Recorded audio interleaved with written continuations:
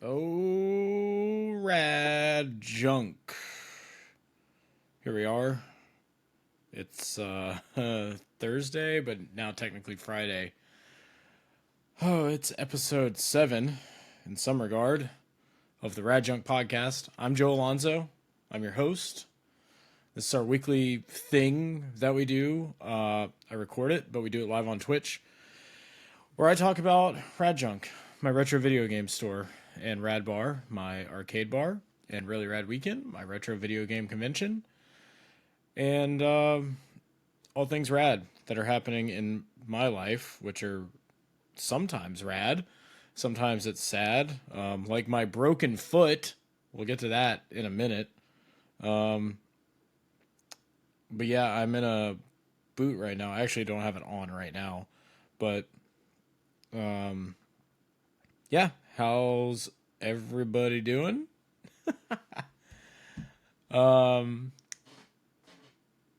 Something, well, okay. Let's get into things that are going on. Okay, I was going to wear these because my head hurts. These are Gunners. They're the nerdy blue light blocking glasses that I used to wear when I was coding, when I worked at a software company. They really help, so I figured I'd wear them tonight.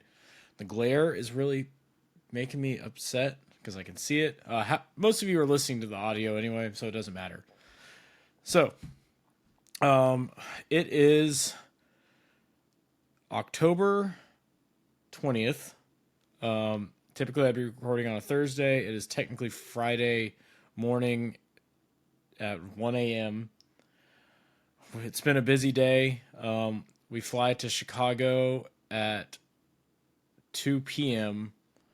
Go on a short vacation slash exploratory research laden trip to some arcades and Pinball Expo. I think we touched on that last week, but we'll touch on it more later in the episode. Today's been kind of wild. We went to the bar, did some stuff. This whole week's been wild. My birthday was last Friday. That was a disaster. Today it was kind of like, let's get a bunch of stuff done before we leave. That way, everything's prepped for my mom to watch my son. And the store's good, the bar's good, things like that. Obviously, we have great employees and great management, so it's always in good hands when we leave town. But we wanted to knock some things out just to make sure everything was in order. Beer was put away, menus were done. We've been doing a lot of Really Rad Weekend prep, so we can kind of afford to be gone for a few days without having to constantly check in. Mr. Buff Pickle's in the chat. Look at that. That's Tony, our TO. He runs our tournaments at Rad Bar, and we'll also be running the tournaments at Really Rad Weekend along with our friend Morgan. So for those watching live, I don't really pay attention to the Twitch chat a whole lot because we're recording this to be watched and listened to after the fact, primarily in an audio format on Apple Podcasts and Spotify, as well as YouTube, where the video will also be uploaded. But we do live stream it on Twitch. That way we can get a little bit of viewer interaction, especially around our Q&A section. But like I said, we were prepping stuff so we could leave. It's going to be this is our one vacation a year where we can take a few days and get out. We were going to go to Vegas, but flights got insane. And I was like, where can we go? And then Nick on Blue Sky was like, hey, Pinball Expo is happening in Chicago. And it turns out Chicago flights were really, really cheap. So going to Chicago for a few days should be a good time. The other exciting thing that's been happening is my son, who is 2, he's almost 3, he'll be 3 in December, has started playing video games. So he would play pinball at the bar because it's a little bit easier to grasp for some people, as challenging as pinball can be. You launch the ball and you hit the flippers and you try to hit the ball. So there's that random aspect to it, so it's a little bit easier for children to play. However, last night, or all this week, I was like, I wonder if he would play a video game. And I was trying to think of something that he could play that would be a little easier to grasp, that's not too intricate on the controls.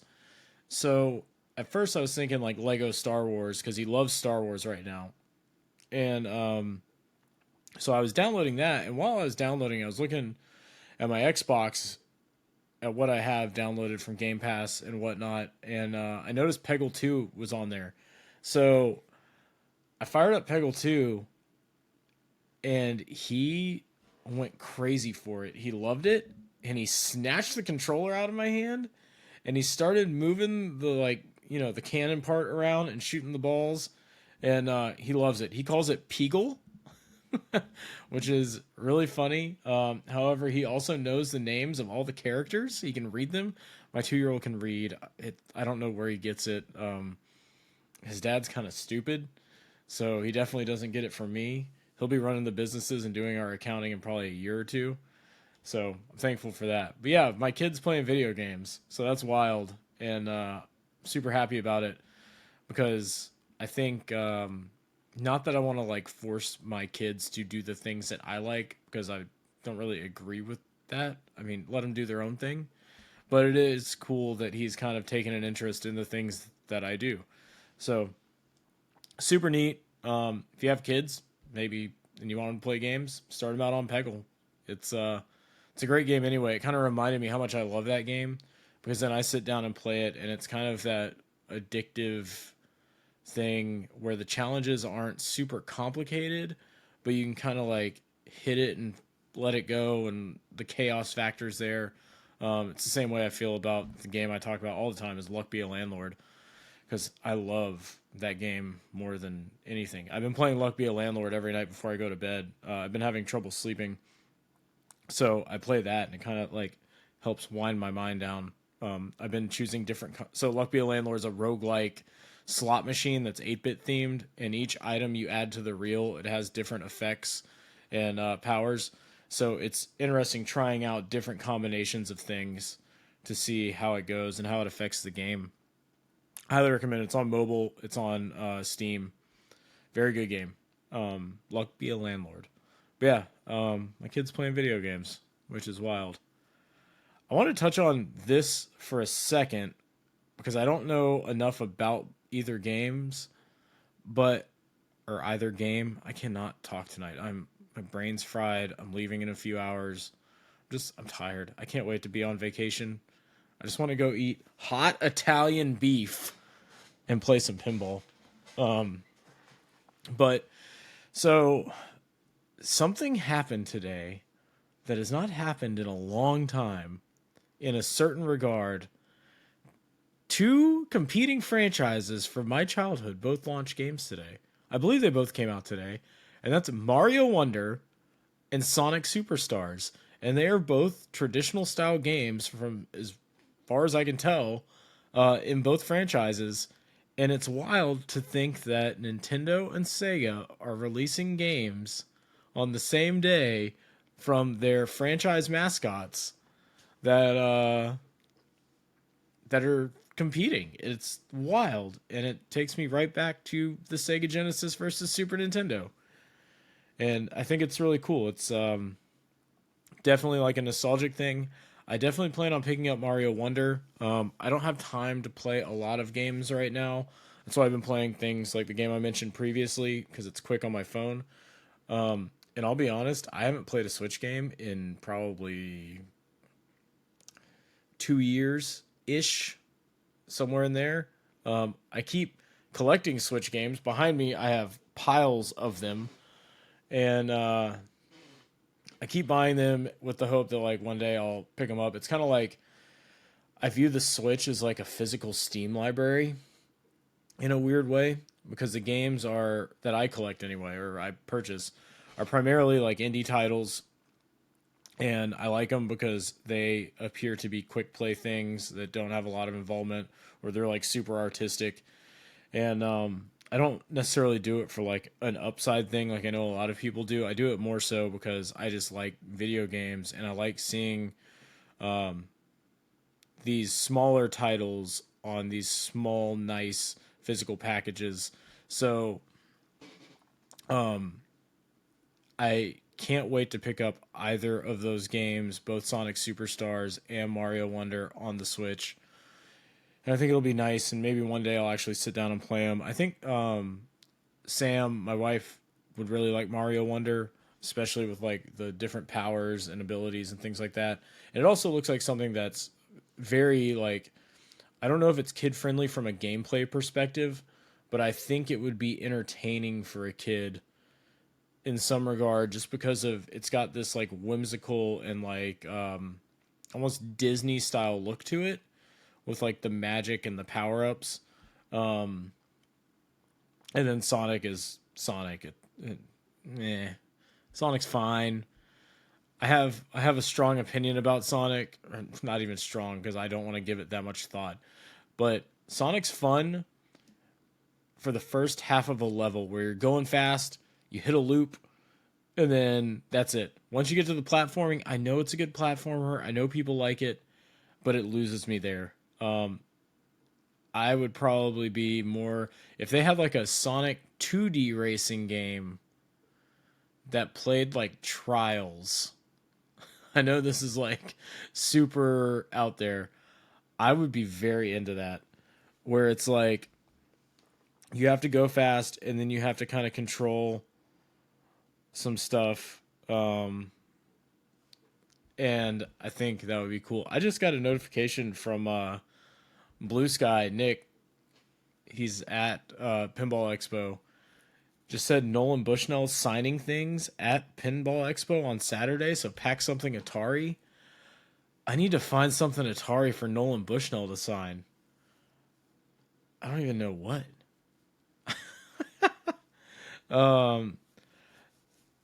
Yes, I'm very late recording the podcast. I had to put my kid to bed and been waiting on trying to get some stuff done before we record because we're leaving tomorrow. Dang, now I need to find an Atari item, which I don't know if I have anything cool in the house. I think I've got a CIB copy of Tron. Maybe I'll take that. Yeah, so we're not going to Vegas. I'll just jump right into the Chicago stuff. So Vegas flights got stupid because Allegiant changed their flight pattern.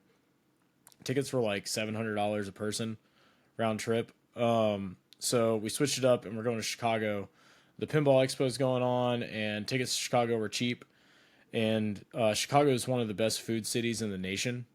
I think it's got like more Michelin star restaurants than anywhere. I know that doesn't mean much to most people, but the food scene there is insane, and that's typically why we travel is for food. So we're flying up there. The plan is Friday night, find a restaurant, grab something good to eat, maybe find like a cool little spot, like an arcade or something. And then Saturday, we're going to hit Pin Expo all day and check out some new machines. So they announced some new machines. Jersey Jack showed off. So today's the first official day of Pinball Expo, and they showed off the Elton John machine, which I feel like the theme, they kind of lose me. It's not for me. Elton John's fine. Like, I respect Elton John as an artist. However, like, I don't want an Elton John themed pinball. But it's designed by Steve Ritchie. I don't know. Whatever. Very famous pinball designer. Designed like High Speed and a bunch of other games that are like top tier games. He's one of the best designers when it comes to flow. And flow's kind of like when you hit the ball and it flows well. It's the term is like it's got good flow.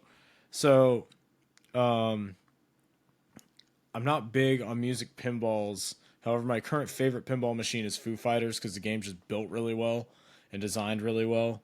Shout out to Dead Flip and the guys over at Stern because I was surprised at how good the game actually was when I got my hands on it. But yeah, so they it's an Elton John pinball. They put out like 6 different editions of it, everything from like platinum to limited edition to special edition to blah blah blah blah blah, all this stuff. And the first gameplay from it came out today. Machine looks really cool. Design looks awesome. They've built some stuff into it that's a little cheesy, where it's like it's got a topper and it's got like a laser light show that shines up on the ceiling as you hit different shots.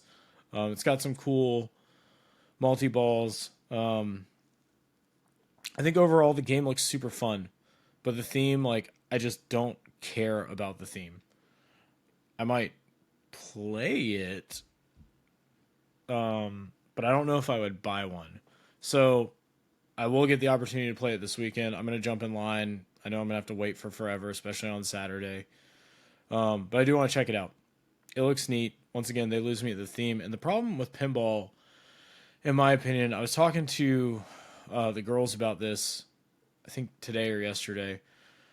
The There's always these arguments in the pinball groups where they're like, people either want super fresh, original themes, or it's always people, the boomers, that want these like old hair metal bands and stuff like that. And like, I get it. Everybody wants a property for their favorite thing, but like, quit rehashing Elvira. Like, Stern just announced they're putting out another Elvira machine, which it looks amazing. They did a great job, but we don't need like 6 different versions or 10 different machines based on the same property. And it seems to be a lot of people want like Guns N' Roses, but there's already a Guns N' Roses, or they want reruns of other games. And it's like, I don't know. I think that if they made I think they're trying to hit a target demographic because they know older people can afford pinball, and that's what they're resting on. However, they're not going to break into new markets if they don't make themes that could potentially appeal to a new market. And I know they did with Foo Fighters, so that's getting there. However, it's still a music themed pinball, and they put out a lot of properties that are like movie based properties, which are great, but they all seem to be movies that kind of fall in line with each other or the same nostalgia hook for certain things, where it's like Guardians of the Galaxy or Star Wars, or, name some other like popcorn sci-fi movie. And I love those games, and this is primarily directed at Stern because they get a lot of those popular licenses. And Meg May just ASL'd me in the chat. 37 male, your mom's house. No, anyway, but yeah, that's primarily like directed at Stern, where it's like they get all this cool stuff and they hook people with the theme, and then the pinball's mediocre. Or you have a really good machine that has a theme that's like, okay, I don't care about the theme because the pinball's so good. And that's kind of how I feel about Foo Fighters, even though the band fits the play style of the game, and they did a really good job of adapting all of that. But Jersey Jack, so their last properties have been Elton John, Toy Story 4. Before that, I want to say it was Dialed In, which was kind of unique. But it used like they do a lot of like weird like screen utilization, which Ryan in the chat kind of commented on. And I think that they do both good and bad screen utilization. And I don't mind trying to innovate in some way with that, and integrating like this, augmented reality is not the term, and it's not the correct like feel, but it's more like they're trying to implement technology in ways to make pinball fresh. And while I appreciate that, they don't really they don't bring anything new to the table. Funny, because some people call them pinball tables. Get it? New to the table.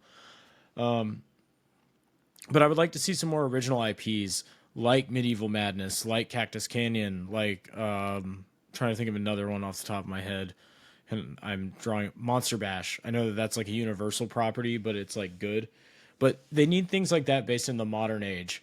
And I made a joke yesterday to my staff about they should just stop being cowards and make a SpongeBob pinball. However, I started thinking about it, and like, as someone who's not a SpongeBob fan, because I was just right outside that window of like ages that would watch it, I think they're alienating an audience that would really appreciate a theme like that. And I know pinball machine prices are kind of crazy right now, where it's like base model machines are about $6,500, and then up to LEs go to about $12,000. And part of that is because of construction and licensing fees and whatever. And then there's another part of it that's just greedy ass capitalism. But I think that like I think if they did that, they could bring new people into pinball that view pinball as like an old person's thing, because I do think that there is that between like hipsters and old people. That's how some people that could potentially be brought into the scene that love games see pinball. And it kind of like it's a bummer. And I'd like to see some more original stuff. Like make me a pinball that's based on like I know it sounds stupid, but like the Tony Hawk games. Could you imagine something with like really good flow and like all these different shots and spinners and stuff that's based on like the X games? I don't know. That's just what my brain goes to. Or I don't know. You it sounds stupid, but you could do like a Fast and Furious pinball, and I bet it would be rad. Just like make a good game and then slap a theme on it where the integration is decent or solid, but you have to make a good game. Don't sell the game just based on the theme, and don't like sell a theme with a crappy game. It's I don't know, it's starting to get ridiculous. That said, that's my old person hipster rant uh to try and bring modern players into this stuff. Uh, on another note, I think the company they were called Mystery Pinball Company because they were teasing some stuff. I think they're called Barrel of Fun now. Don't quote me on that. They announced a game that's been getting a lot of press this week, and it's Labyrinth. I may have briefly touched on that last podcast. Listen, the week's been a blur, so if I regurgitate topics, I'm sorry. However, they announced Labyrinth, and the machine looks freaking incredible. Um, it's one of those things where like I was like, all right, they're just gonna go for a cash grab. They know a lot of people my age love Labyrinth. I'm the target demo now for these pinball machines. I'm that old person. Um, this game looks so cool. It's got all kinds of mechanisms and neat things that pop out of the playfield, very much like a Medieval Madness, that are based on the movie. Like the little worm thing pops out of one of the like slingshot corners. It's got a topper with like the goblins on it, and it looks so good. And they announced it. They're gonna have several of them available to play at Expo. So I'm more excited to try that than I am Elton John. But the problem with Labyrinth, this is a game. Now, it's $10,000, which is average pricing for a game with what it has in it when it comes to pinball. And I know that's a lot of money, but these machines are expensive. That's just where the market is. If you find a machine under $5,000, it's probably a crappy early 2000s Stern, or it's an EM. Um, I typically, when I buy games, whether it be an arcade game or a pinball machine for the bar, regardless of the price tag, I'm going to put them in the bar. That way people can play them. I have no qualms about that. If they break, they break. It's the reason why we buy the games. I want people to have fun with them. I'm not one of these people that's like, I'm going to buy this game. It's like the people that buy Ferraris and don't drive them. It doesn't make sense to me. I don't think they belong in a glass bubble. They were meant to be played. The problem that I see with a game like this is that with as intricate as the machine is and as complex as the scheme for the toys on the playfield, so that's all your little moving parts and things like that, I worry when it comes to a small company because I know how bad it is dealing with Stern, a large pinball company. for parts availability and support. I worry that that machine's going to break, that Labyrinth game that you just spent $10,000 on, and it's going to be a nightmare on location. On location, for those that don't know, I know it sounds stupid. It means a game that's out in the public to be played at either a bar or an arcade or whatever. Later, Tony. Have a good weekend. Good luck at Street Fighter 6. Street Fighter 6 tournament this weekend at Rad Bar. But I worry that that a game like Labyrinth is going to break and then it's done, or you're going to have to figure out some hacks or think on your feet. And it's a wild one. I want to buy it, but it's so much money, and I just bought Foo Fighters, and I'm so worried that Labyrinth's going to break, and then it's going to have a lot of downtime. It's going to be a rough one. But regardless, Labyrinth looks cool. I can't wait to get my hands on it and play it this weekend at Expo. There's a couple other games that I think look really cool. There's a company that I cannot remember the name of right now. I think it's called Turner Pinball. They're bringing a game called Ninja something. It's a smaller machine. It's an original theme. It's not Ninja Blade. It's something like that, though. It's like Ninja... escapes my mind. But it's an original theme. It looks really neat. And I'd like to check it out. There's a whole section at Expo dedicated to homebrew pinball machines. And I know the homebrew Beavis and Butthead machine is going to be there, so I'm like super stoked about that.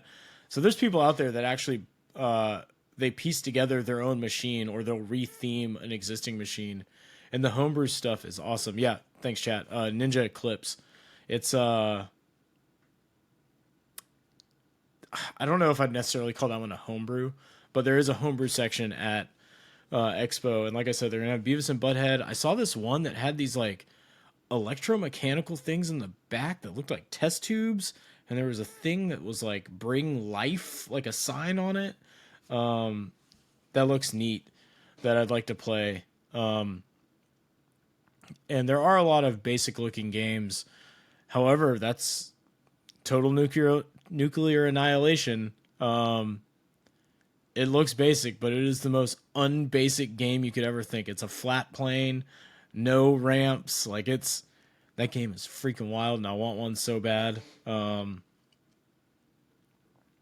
yeah, so Penn Expo looks sweet. Can't wait to go there. While we're in Chicago, we're also going to hit up Galloping Ghost. So Galloping Ghost is an arcade. It's the largest in North America. That's their claim. They may be one of the larger ones in the world, but I think that a lot of the arcades elsewhere that are mainly like Redemption or whatever, since they technically count, they may outsize it. Galloping Ghost has been in business for quite a while. However, they do a thing where they put a new game on the floor every Monday, and they've been doing this so long, they now have over 950 games at their location, and they've got some really cool, like, rare stuff that was either a prototype or they had boards donated to them and they built a cab, and they've had custom stuff done. It's absolute insanity from what I've gathered, and it's a place that's been on my list of things to check out for a very long time. However, every time I've been in Chicago, it's been for work. Used to do race car events there, but we're gonna go there, and it's cool. It's $25 to get in, from my understanding, and then everything's on free play, which is our style. A little bit more than us, but they have a whole lot more. You could spend days there and probably not play everything. They have a lot of the classic games, but they also have games that are primarily from my era of the arcade, which is like late 80s to mid 90s, and even like the late 90s, as arcades were starting to die. I could say die, but I own an arcade, and we're talking about an arcade that has 950 games in the year 2023. And they've got some cool stuff. Like One of the games they have is a Japanese import, and it's like a booth that you stand in, and it's Castlevania, and it has these tethered like Wiimote style controls that control the whip of your character. I've heard it's like abysmal to play, but I bet it's super fun. They've got the Metal Gear Solid game also. They've got some racers. They don't have a lot of like side by side racers, which I'll get to that for another place in a minute. But I don't think I'm going to play because once again my foot's broken. But just lots of like really cool stuff and lots of. They have a whole room dedicated to shooters. So like I'm probably going to spend a lot of time in like the shmup room, I guess. Because lots of things I want to play in there, and I'm really excited to check it out because the problem I have is I love our game selection at Radbar, and I love the games that I have kind of in our quote unquote backstock that I can rotate in, which we're about to switch some games up for Really Rad Weekend. However, when we first opened, it was curated primarily on games that I could afford. And then it turned into games that I could afford that I liked. And then it turned into games that I could afford that I kind of liked that other people would like. And when you get to that realm, you start to hit this barrier where a lot of people that you're trying to appease like the same games. So almost every arcade you go to is the same in some regard, where they have a Pac-Man, a Miss Pac-Man, a Galaga, I don't know, a Street Fighter 2, things of that nature, a Simpsons, an X-Men. And while those games are great and they're nostalgic and they're classic, you want to try and like supplement your arcade with some games that people may not know, or you want to get their feet wet with some games to lead them down a genre or a path that is where they want to try new things. And it's kind of tough because you want to appeal to the mainstream. You want to bring in those people for that nostalgia drip so they stay and they drink beer and they play the games that they love from their past. But if you can take a machine that they haven't played and put it next to their favorite machine and hook them on it, then you open up a whole new door for not only them, but for your arcade where you can kind of do something different. And a good example is like this past week, I picked up I talked about it last week. The name just like blew out of a Vapor Trail board, and I put it in our Raiden cabinet, and it's next to our Tekken machine. And anytime I put a shmup in there, which I've put a few different ones, I've had Raiden in there, Raiden 2,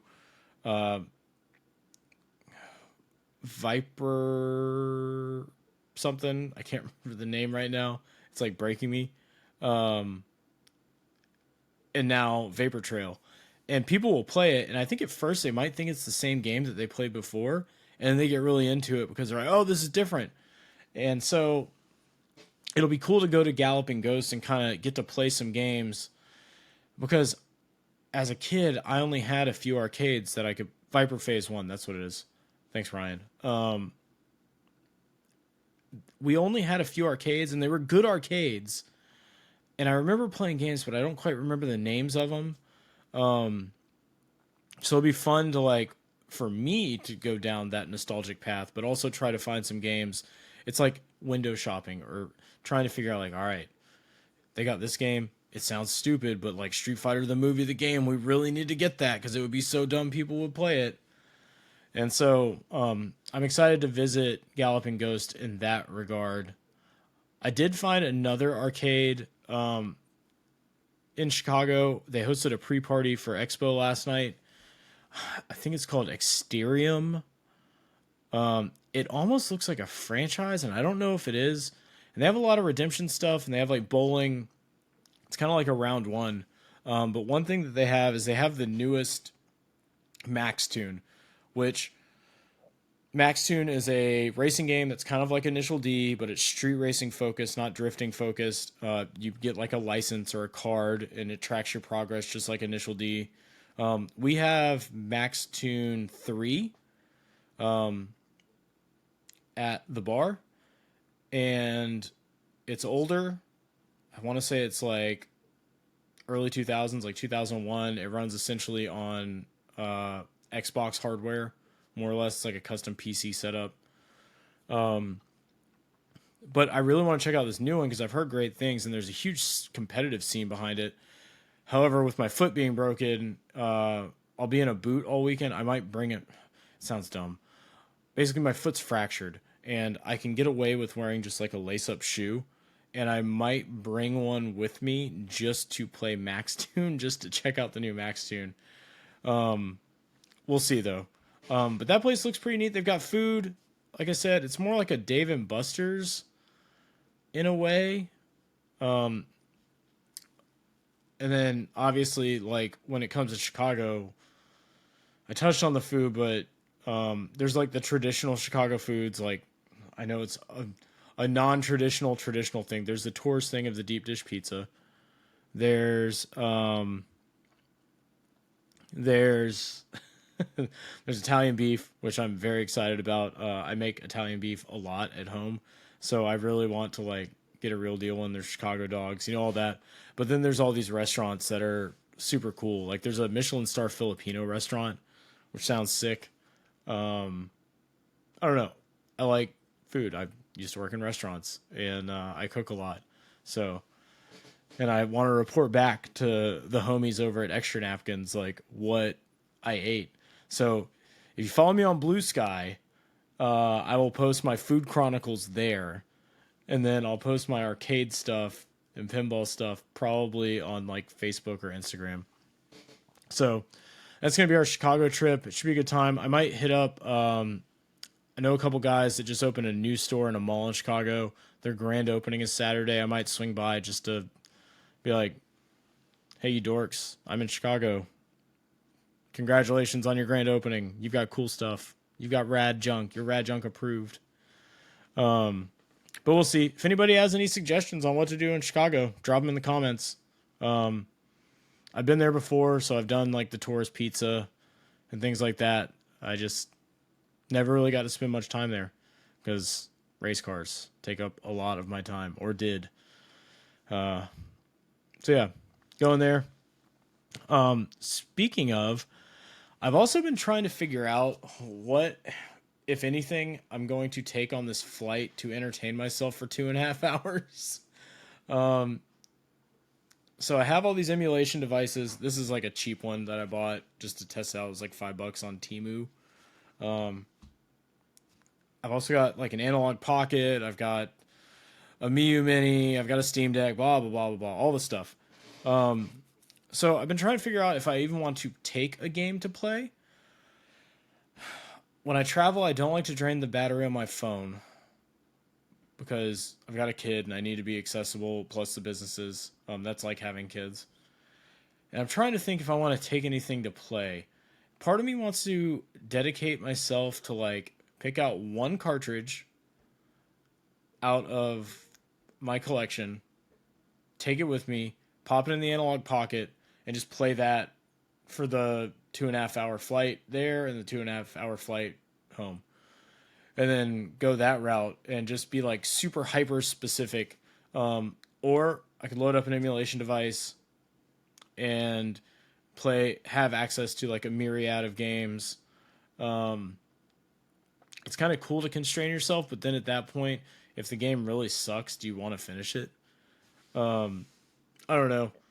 That's been kind of like heavy on my mind the past like 6 hours, where I'm like, oh no, I need to take something for this flight. Because shocker, I lost my headphones, and so I'm not going to have any type of audio to listen to a podcast. Yeah, great. So I don't know. Figure something out. What would you guys do? I don't really play RPGs, but like a story-driven thing might be kind of cool. Maybe I'll take my Playdate. Playdate could be a cool one to take. Small, compact, battery life's good. No backlight, but I'm on a plane. Be able to see. Maybe that's the move. But yeah, I don't know. Just wanted to throw that out there. What games would you play on a plane? What games have you played on a plane? So that wraps up all of our stuff there. Before we get into the market report, because we've got a little bit to talk about there, got some interesting new things. I want to talk, since we were talking about arcades, let's talk about arcade abuse. People suck. People really, really suck. So, owning an arcade, you know that your games are going to get beat up. That's the nature of the beast. They're machines that were built for it. And comes with the territory. However, if you go to an arcade and you break something, tell someone. You won't be in trouble. I promise. If you break something at our arcade, as long as you didn't do it intentionally, you're not going to be in trouble. It sucks. You might be like, bummer. But, so, the other day, the girls sent me a picture. Somebody took our Player 2 gun housing on House of the Dead and just smashed it, like, to smithereens. Pretty much the same thing that happened to our Quicken Crash. Luckily, these gun housings are more available, but they're still $65 freaking dollars before shipping. And they're proprietary is not the word. They are relatively like annoying to get. So yeah, somebody smashed the House of the Dead gun. I wish they would have told us. That way we would have known. Luckily, the girls were able to disconnect the harness and get it out of there, so it doesn't just like look like another broken machine. However, today I walk in so we can take care of some stuff before we go out of town, and I walk past Sunset Riders.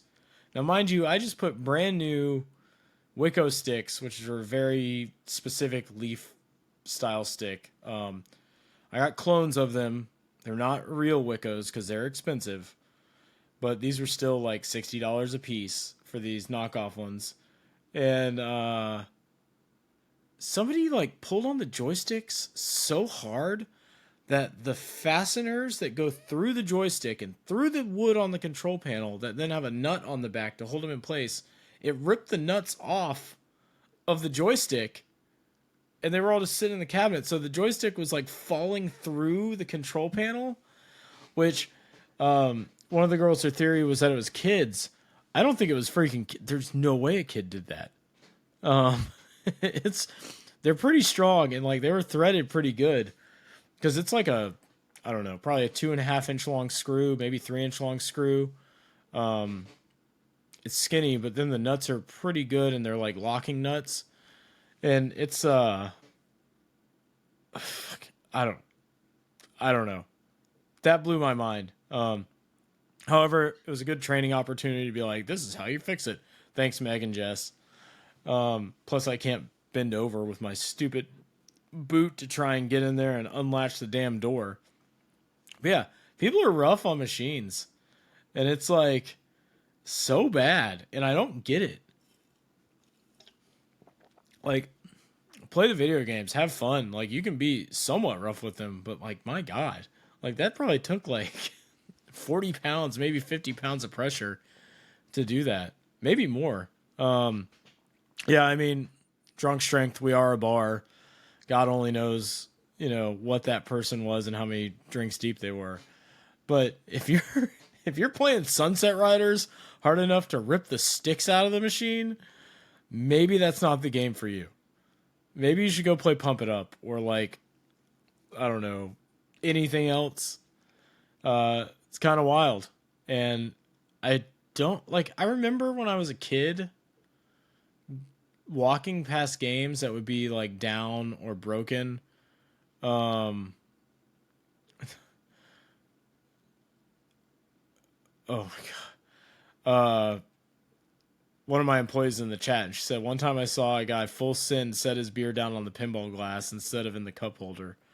That's like, so pinball glass is a couple $100, and while it's not expensive to replace, it's like I'm awaiting the day that some fool, somebody with some tomfoolery, some shenanigans smashes a pinball glass, and then I'm like freaking shop vacuuming glass out of a machine. I've never broken pinball glass. Sam broke the front glass on a Tekken machine one time. She was trying to caveman it and like get it working again, so she smacked it, but she smacked it just in the right spot to where all of the glass shattered. Um, and it's pretty bad. There's still glass in the bottom of that machine, and then at another point, I don't remember who it was. Somebody set a piece of glass down in the back, and it's sometimes glass, if you don't put it down at a good angle or you don't put it down flat, it'll get some pressure, and it just exploded. That was funny because my kid was playing in it. He did not get hurt, but that was a wild thing to see. We still find glass in the back. So yeah, if somebody breaks pinball glass, then it's going to be a disaster. It'll be wild. I'm pretty rough on the machines myself because I know their tolerances. I feel like I do anyway. But you know, some people don't. You see pictures of like people's kids climbing on them or whatever, and like that's usually actually fine because of weight distribution. But I'm telling you, like those balls will hit the glass pretty hard, and you'll hear it across the bar. But like, it's not even like be respectful. Just be conscious. Just don't break the games, because then I gotta fix the games. And sometimes I don't want to fix the games.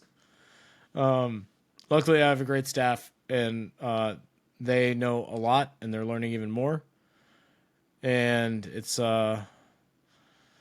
nature of the beast, guys. Nature of the beast. Arcade ownership is not easy, I promise. Everybody thinks you plug a machine in and it lasts forever. All right, so let's get into market stuff. Market. This is our market watch. I need like a button with some like sound effects. I've got this like Stream Deck thing that I don't have hooked up, but I should probably do that so I could like play some music. Bah, bah, bah, bah. Market report. So what I've been doing for the market report is I've been pulling our weekly sales, and I've been looking at it categorically. And we need a Joe soundboard. I don't know if a Joey soundboard would be great, actually. My kid is wild. He's so wild. He's a hellion. He's been running around going, New Jersey? He goes, New Jersey, New Jersey. I don't get it. It's real weird. Kids are weird. Anyway, I've been pulling sales reports categorically. And every week we go over what's been selling well, what's kind of dipping, and where the market's kind of trending in certain ways. And this week's market report kind of reminded me of a topic that I wanted to bring up. So we're going to talk about what's been selling, and then we're going to go on a little tangential thing about the Sega Genesis. Take a swig of my liquid death. Yeah. Anyway, so this week, our top sellers, our top 5 are Game Boy, Xbox 360, again, I'm telling you, it's coming. It's coming. The Switch, which is always a good seller. Sega Genesis, which is, holy crap, why is that in the top 5? That makes 0 sense. Both monetarily and in the sense of your brain, and DS. So, as we've talked about previously on other episodes, Game Boy, Switch, DS are always strong. Always strong. It always will be. It's a nice thing to collect for. They're handheld, super popular games on them. You'll see a lot of high sales on there because of Pokemon, and that's always full steam ahead. From both a collectability standpoint and a playability standpoint, and those games all kind of hold up in a way where they are conducive to travel or portability or quick pick up and play stuff. I lump the Switch into that, even though it's a current gen and it's just a hot seller because it's popular. The install base is huge, but a lot of people buy it for their kids or their spouses or as a gift because they're also relatively cheap. However, last week we saw Xbox 360 break into the top 5, And this week, I think it actually went up a spot. I'd have to check my show notes from last week, which I can do real quick. Oh, maybe it was the week before. No, I think it was last week, but I don't have it like separated out into a tier. But we saw it break in there, and it was interesting because it wasn't so much games that you would expect. It wasn't the Halos and the things like that. It looks like people are actually starting to collect for it and like deep dive on the library and try to find some games that they haven't played before. And I think what may have happened is the reason why we saw it break into that top five and now why we're seeing it escalate into the top five to number two. This is literally our number two top seller this week is Xbox 360 games, not hardware, games. And I think what's happening is we saw a huge influx of people purchase Xbox 360s like a month ago, month and a half ago, and it was due to Call of Duty's servers being fixed because the Shadowrun servers got fixed. I know it's kind of a weird thing, but I guess they were on the same pipe and whatever got patched fixed it. So we saw a huge flood of people buying 360s, buying the Call of Duty games. And now that I think they've kind of gotten their feet wet with the Call of Duty games, they're like, I bought this Xbox. I better buy some games. And now they're kind of like splitting off and being like, all right, I like Call of Duty. Let me buy this other shooter. Or, hey, let me buy this little collection that's on here. Or let me buy this that looks like a good game. Let me get Fable. Let me get 50 Cent Blood in the Sand, or whatever, things like that. And it's one of those things where I think that's why we're seeing a big pickup from it, because previously it would be like a good console to buy your kids because it was a couple generations old. There were some games on there that were technically kid friendly. I think Minecraft's on there, so like that's a good entry point for Minecraft, a cheap way to get your kids into it. But there's a bunch of great games on there, and I think people are starting to discover that, and I think we're going to see it rise, and then I think we're going to see the cream rise even farther to the top, where it's like, all right, your games like Operation Darkness and Akai Katana, and Akai Katana might have been an OG Xbox, Death Smiles, and some of these shooters and things like that are really like, they're going to pick up steam, and that's where you're going to see not so much the hidden gem effect, even though a lot of them are hidden gems. I think you're going to see them pick up in price, and that's when you start to get those weird things, like you start to discover the Samsons on your systems or your Rule of Roses, things like that, and we'll start to see places where the top slots are really secured for the most expensive Xbox 360 games. And that time's coming, and I think this might be the first real wave of it. We've seen like little peaks and valleys here and there, but this might be it. We'll see. We'll see how sales continue through the holidays. If people start trying to trade in more Xbox 360s that they purchased, or if they hang on to them, and then that will kind of also dictate the market. I know a lot of people that collect, they do it exclusively versus playing, but there is a lot of overlap, especially when it comes to some systems. And I don't know. It'll be real interesting to see where the 360 market is a year from now, or even 6 months from now, because historically you had your Halos and whatever, and once again, now that we're seeing people branch off and try some different stuff, or it could just be the speculative market buying it, trying to predict exactly what I'm talking about and hoping that it's the next thing to get hot, because that generation is about to have its time. The real interesting thing in here, though, is Sega Genesis. And I'm going to let this kind of fall into my next topic of Sega collectors and how they are about condition and quality and prices, and even if it's even a viable thing to collect, and the liquidity of Sega Genesis games. So typically what we see with Sega Genesis is the average consumer that comes in that wants to buy a Sega Genesis console and buy games, they want Sonic, they want Toe Jam and Earl, they want Earthworm Jim, they want Mortal Kombat, and they want NBA Jam. And there might be like a few more games in there that people are like, oh, I played this as a child, or oh, I really want this game because I saw a video on it. Those are usually your top ones. Occasionally you'll get like a hardcore Phantasy Star person, things like that. But mainly it's your top tier, like hot retail releases of 1992 type of thing, like Golden Axe, stuff like that. But when it comes to collecting for Sega Genesis, and I know Ryan's in the chat and he's a Sega guy, so Ryan, this is more focused as like an overall perspective on the Sega Genesis market over the past like 10 years versus like right now. Traditionally, Sega Genesis games came in the hard clamshell cases.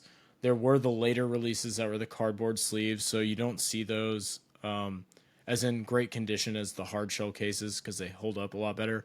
Obviously, cardboard versus plastic.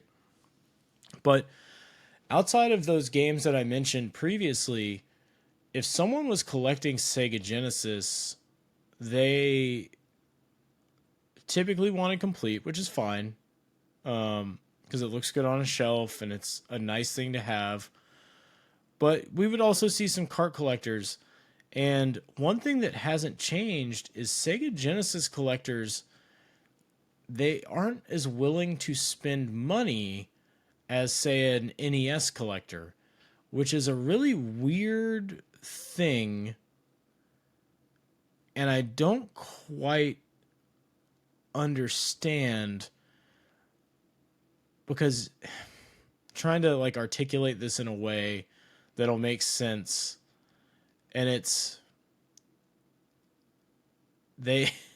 I think that a lot of people that are collecting Sega Genesis today, or even just now breaking into Sega Genesis, they are so stuck on the prices from, let's say, 5 years ago. We'll use it as an arbitrary marker in time, where they didn't want to spend the money then, and they definitely don't want to spend the money now that the market's up.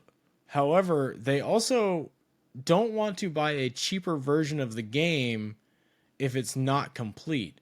So imagine you have a mint copy of a game that is $100. I think Contra Hardcore or something like that. I don't know what that game's at. That's just what popped into my mind. Clamshell, cart, no manny, right? But you've got it priced aggressively to where somebody should buy that game because it's like, oh, this is a great game. It's at a great price. The box is in good shape. The cart's in good shape. The Sega people will come in and they'll be like, no manual, don't want it. I don't care if it's discounted, whatever. Can't buy it, not complete.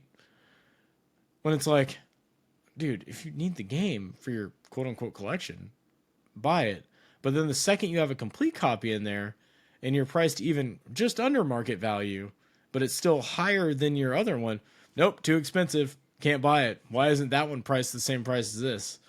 And it's kind of wild, and it's real weird that there are people that want things, but they won't buy them when they're in front of them because they're going to wait on a deal. I don't know. It's kind of how the old market is now, but it seems to be very prevalent in like the Sega realm. And the other thing about Sega collecting is like outside of the sticklers that are the collectors, which I use stickler as like an endearing term. Like if that's what you want and you only want to collect CIB, then by all means do it. However, you can't complain about where the market has gone. You know, just wait or, you know, wait for a deal or find something else. But is it still viable right now to collect Sega games? I think it is, but I think you have to have a certain mentality with Sega specifically of I'm going to have to piece this together. Or not every game's going to be perfect, because the longer you wait, the more the games will be handled or deteriorate, or through like natural selection of Sega, like die. Because one thing with Sega games, specifically the Tengen carts, or Tengen, I pronounce it Tengen. Grindstormer is a great example of this. The PCBs that the chips are mounted on are very like prone to just dying. So I've had to fix lots of Grindstormers, lots and lots of them. And I've noticed it in other like first party Sega games. It's just as bad as Disrot, which we won't even get into Sega CD collecting today. But Sega stuff just does not move.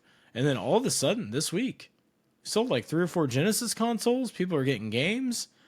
It'll be just like 360. It'll be interesting to see if the people that are buying the consoles now are merely buying them as Sonic machines, or if they're going to go down that path and finally end up being like, I need a Crusader of Senti.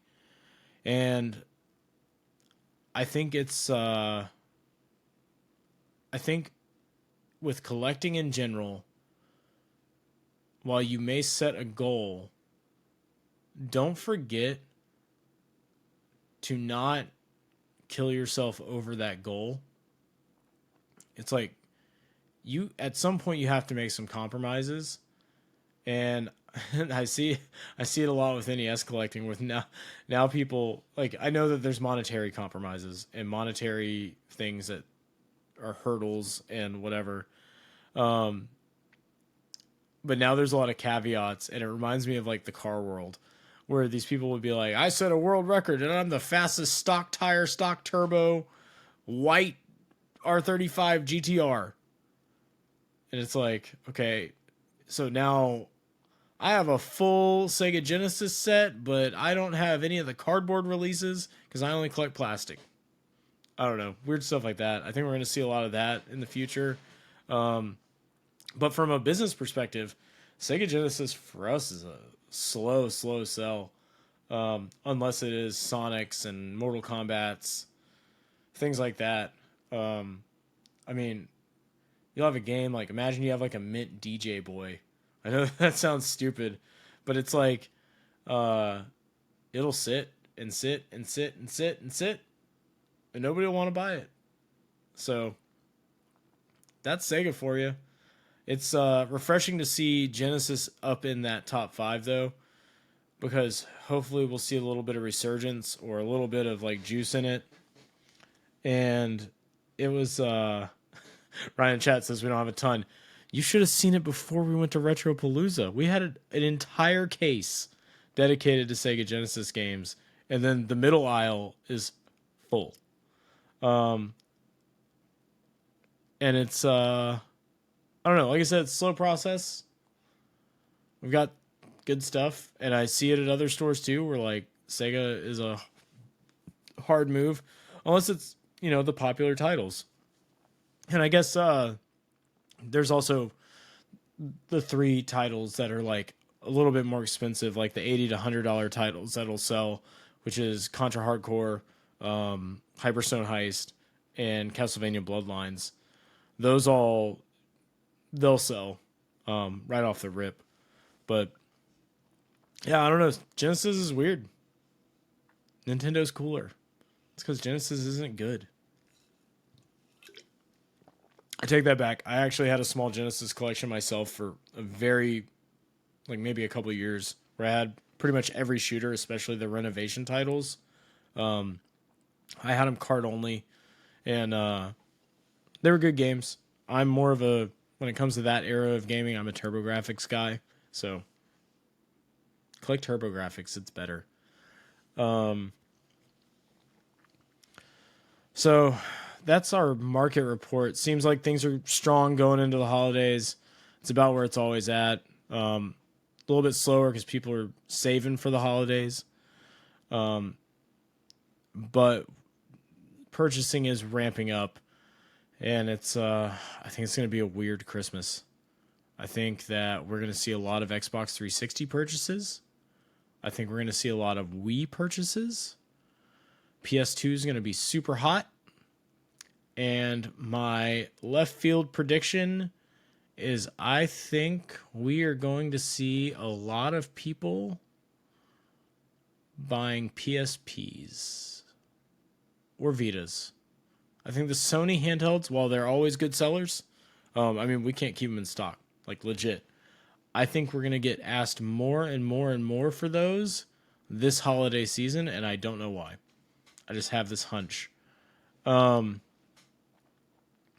yeah, hopefully for anybody that sells video games that listens, don't worry, Christmas is coming. This is the natural dip every year.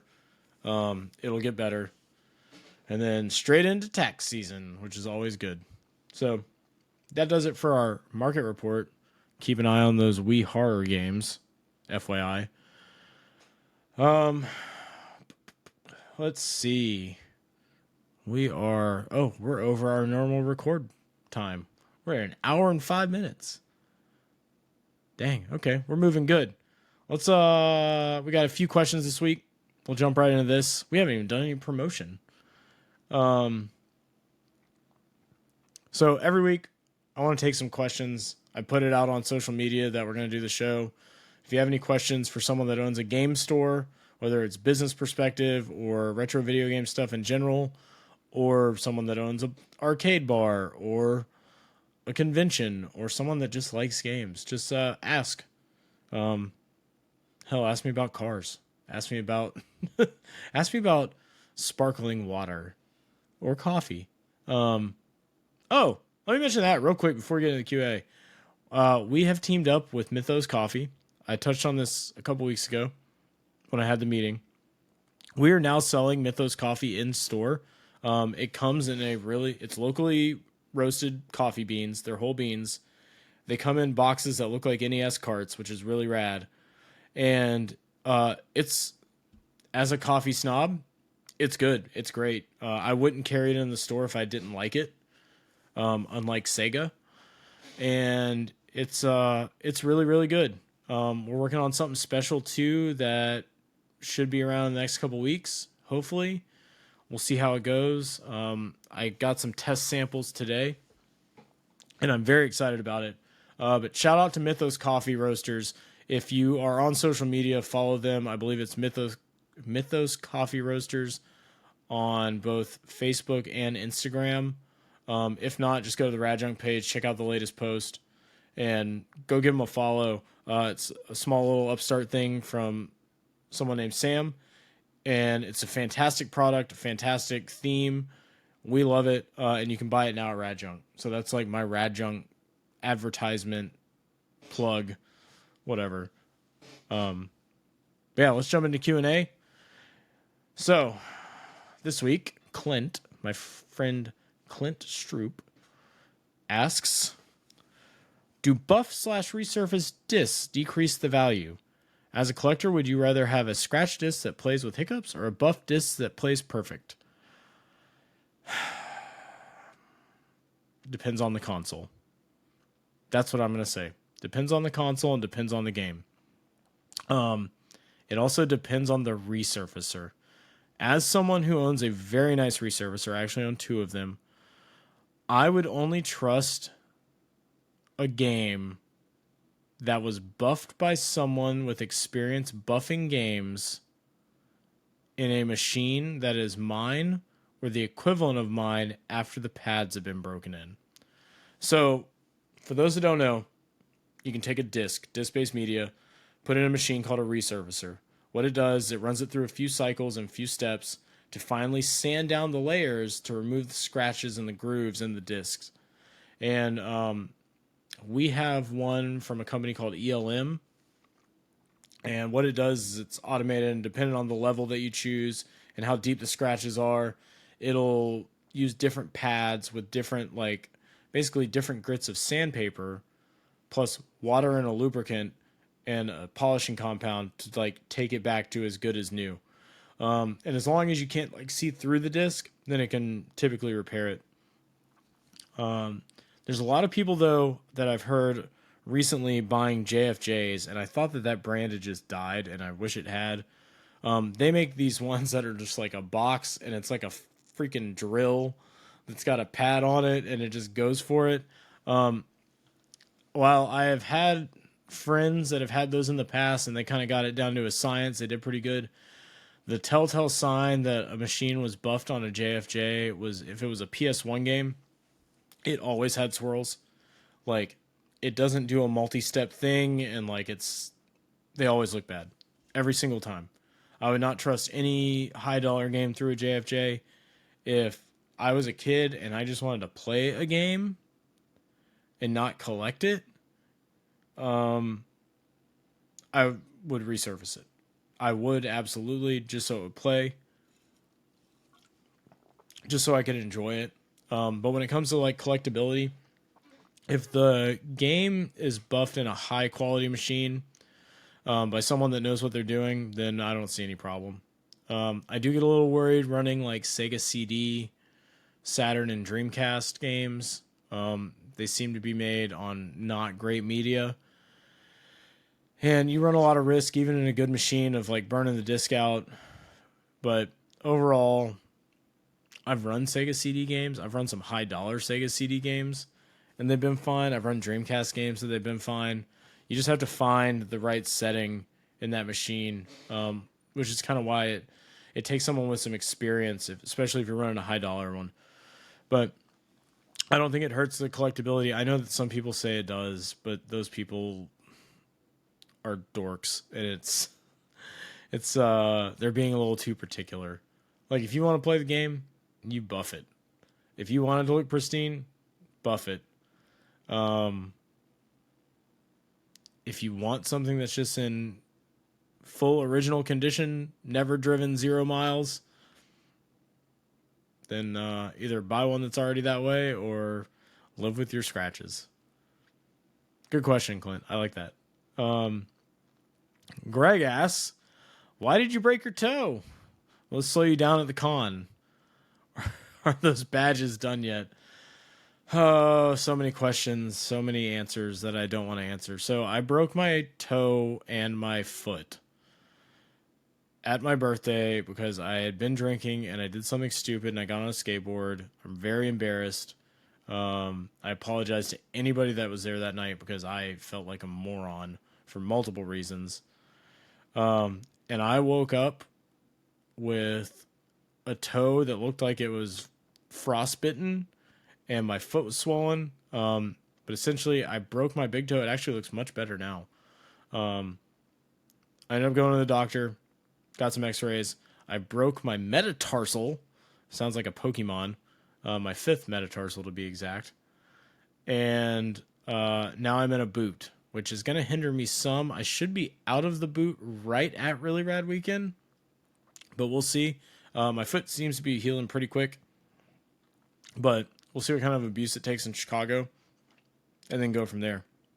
As far as the badges go, so for those that don't know, last year we did some laser cut hand painted acrylic badges that were NES cards because our theme was NES for last year's Really Rad Weekend. And this year I wanted to up the ante, so we're doing an SNES theme. You know, have to. And my thought was to build an SNES cart as a badge, but where the label would be on the badge, have an LCD screen. Then have the LCD screen powered by a Raspberry Pi or equivalent, an Arduino or an ESP32, whatever. We're getting real nerdy now. And put a battery in there, which I still haven't come up with a battery solution. I've got a couple ideas. Might do double A's. That might be the easiest route. And make each guest's badge. This is for our personalities, like our guests that we fly in, not attendees. That would cost a whole lot of money and a whole lot of time that I would die. But so I ordered a bunch of Raspberry Pi Picos, and I wanted their. Let me take a step back. I wanted the badge to play like each guest's like intro from their YouTube, or a graphic that represented each guest, and then like throw a little mini game on there. Like find an NES emulator that runs and like throw something together in NES Maker real quick and flash it and boom. However, got some problems. So I ordered Raspberry Pi Picos, forgetting that they are not zeros. So Raspberry Pi Pico is a microcontroller and not technically a full-blown computer. So the onboard memory is very limited. It's only like 256K, something like that. Whereas like a zero is like 4 meg or 8 meg. And what I ordered some shields. They call it a shield, and it attaches to the Raspberry Pi. And it is an LCD screen, and it's got some controls like a little Game Boy Advance. But what I'm having to do, and this is the biggest hurdle, I want to be finished. I came up with a backup plan today, which you'll see that at the con if these don't work out, which I might have to just mail these to people or use them for next year. I'm having to write raw Python and draw graphics with Python instead of being able to load an image directly and basically render everything on the fly. So I've been reteaching myself Python while also experimenting and like deving out these badges. And I might enlist the help of some of my friends. But overall, I'm going to really, really try to get these badges done, at least in some capacity. But I did come up with a backup plan today in case that doesn't work out. That'll still be cool. It won't be interactive in this way, but we'll see. We'll have something cool regardless for the guests, because I want to try and keep the badges getting cooler and cooler every year. I got that from DEF CON, which is a hacker conference in Vegas, and they always have like a hackable badge. And I think it'd be cool to have like a hackable badge that was like a game.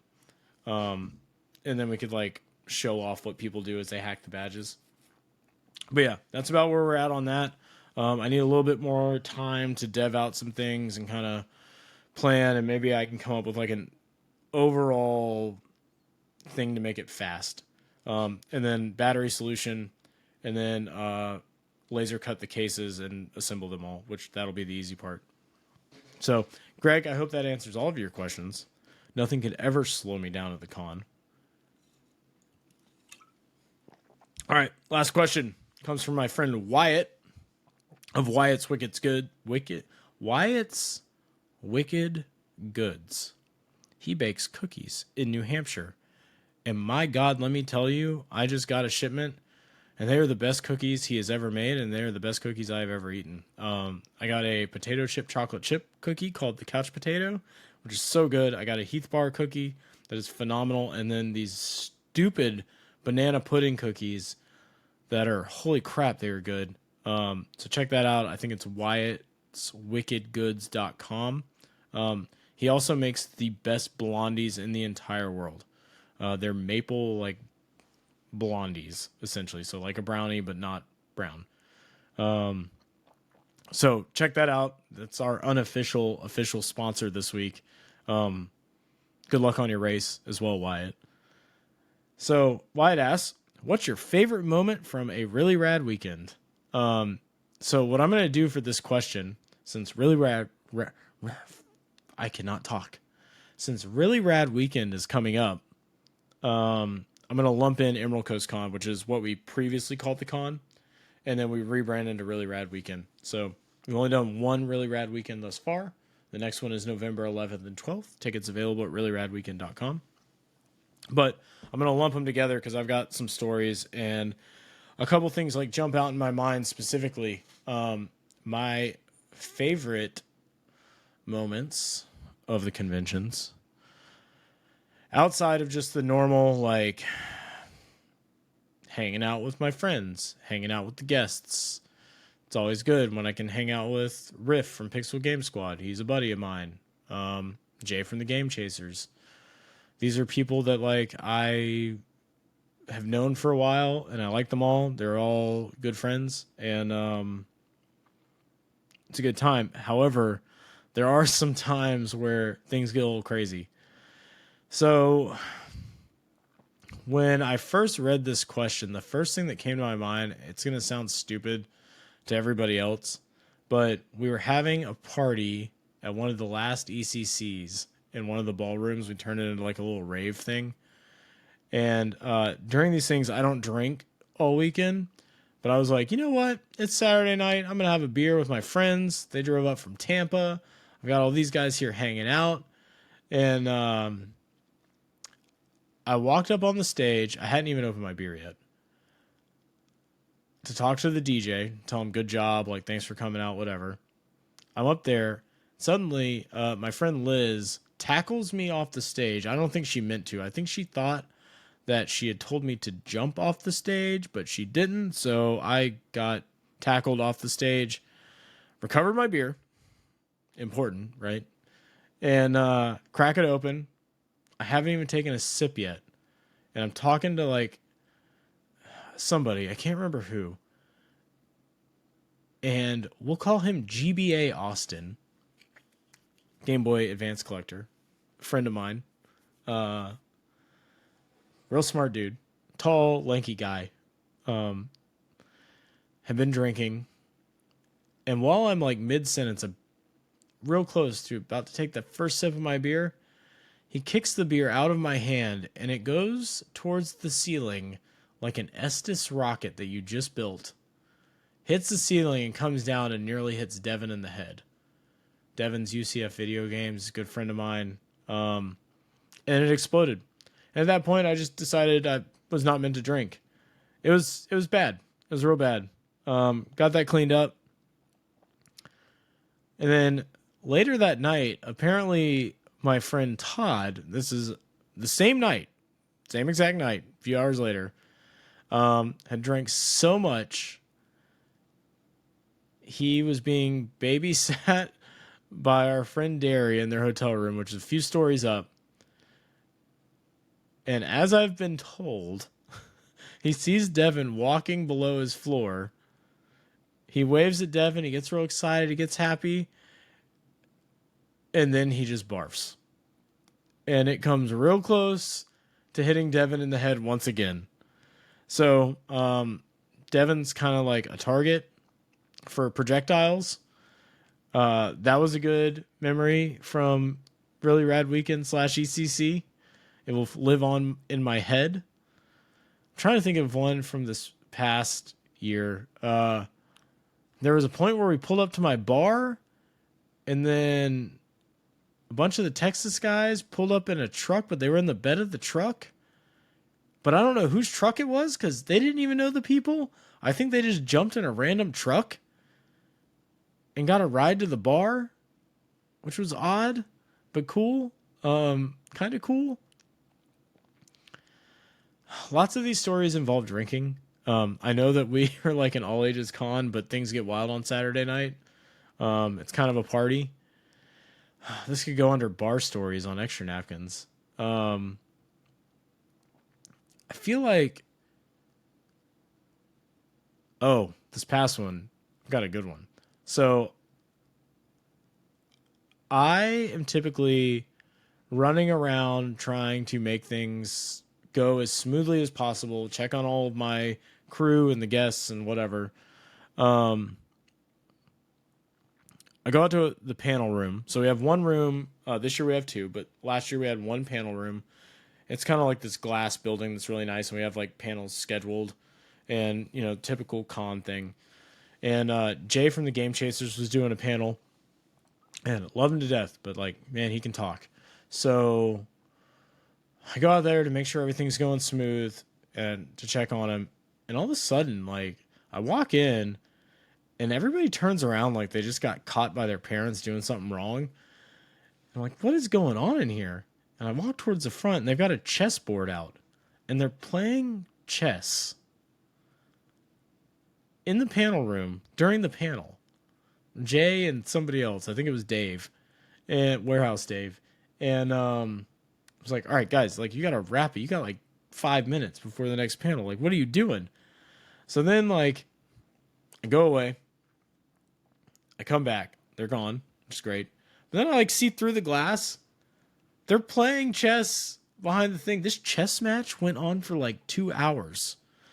So, and it got filmed and all this stuff. And I know it sounds really dumb and dull, but like, one of the highlights of Really Rad Weekend was this chess match, and I think that Aaron Kosharski, the game wizard, I think he actually has footage of it on his YouTube channel where that went on for a really, really long time, and that was pretty good.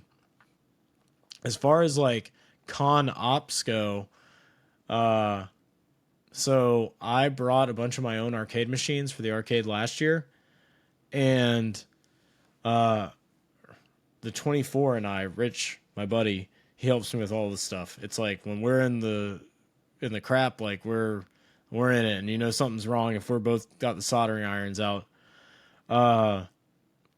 Three of the machines like broke as we were moving them, and so the morning of Really Rad Weekend this past year, Saturday morning, I think we got up at like 6 a.m.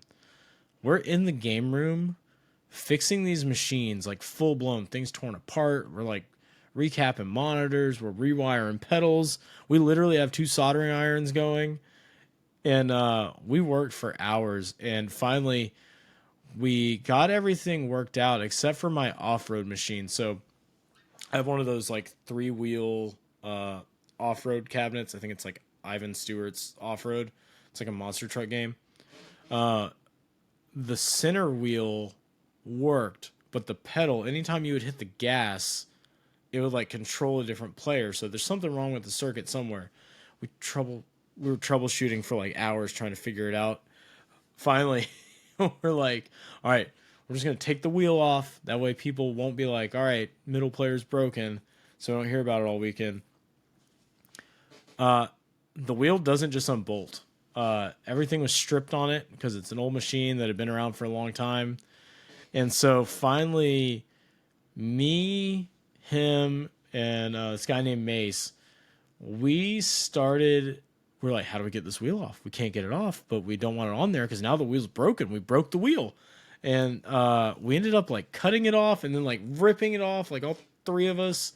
And it's, we ripped the wheel off. We talked about arcade abuse earlier. We abused this arcade.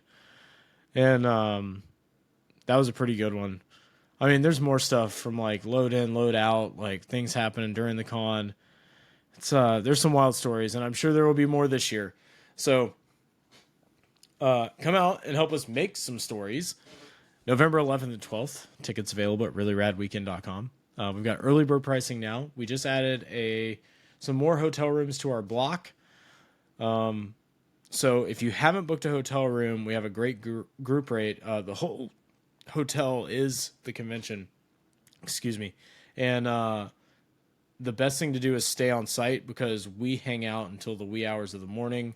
The arcade's open pretty much all night, as well as the retro console room, and it's a good time. And it's beachfront. So if you are looking to bring your family on vacation, it's a good time to do it, especially if you want to do some like video game related things.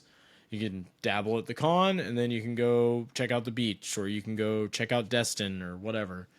The hotel rooms are really reasonable. I think they start at like $110 a night, $120 a night, which for around here on the beach, like you literally walk out and you're there. It's pretty good. We also have a cosplay pool party that I'm very excited about. They redid their pool deck. It's going to be super cool. Ian and John from Extra Napkins are going to be DJing that. So get your best aquatic-friendly cosplay out and come hang out. There's a bar, and we'll have food and things like that.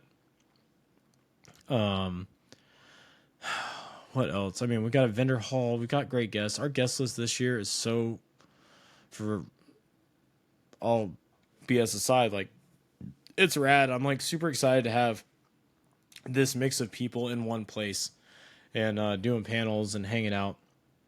And it's super laid back. Like we're the fun con. Ask anybody that's been like any of our guests, they'll tell you that. Like I think the quote from Jay was, "This is the most fun con I've ever been to."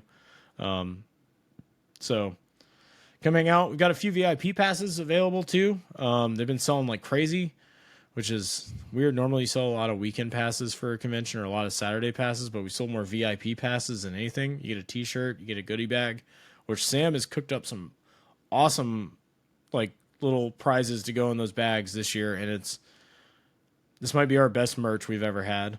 The bags showed up today. They're behind me. Printed very nicely. The t-shirts are going to look sick. So yeah, get your tickets. We got early bird pricing available. If you listen to the podcast, use the code STAYRAD to save 15% on your tickets on top of the early bird pricing. So yeah, really rad weekend's coming up. Also, this weekend coming up is Trade Day 23 for the fall in Tampa and Largo. Hosted by us, but put on by my friend Dave down in Tampa. He does trade days down there.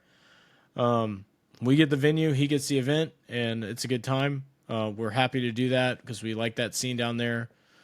Dave's like my brother that lives far away that's crazier than I am when it comes to games.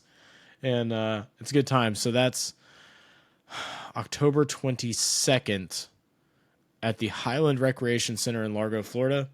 Cool facility. It's free to the public. You can sell games. You can trade games. Things like that. So check that out. No trade night for November because we're doing really rad weekend. We have our Halloween event coming up at the bar. That's October 28th, I believe. It's the Saturday of Halloween. $200 costume contest.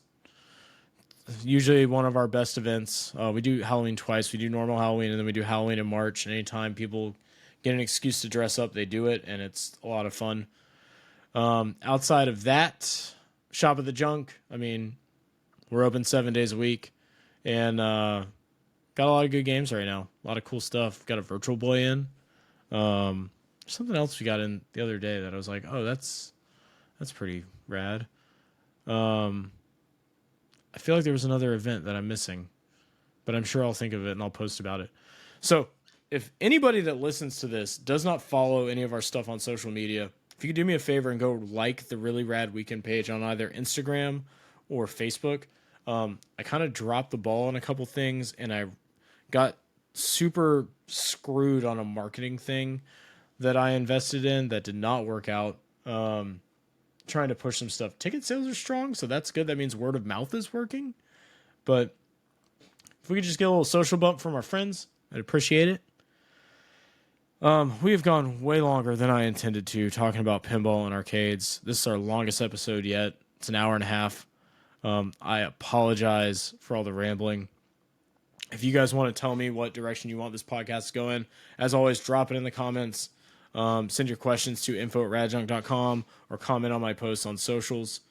And Twitch chat, Ryan, Meg, Mr. Buff Pickle, everybody, thanks for watching live. You can watch us live at twitch.tv.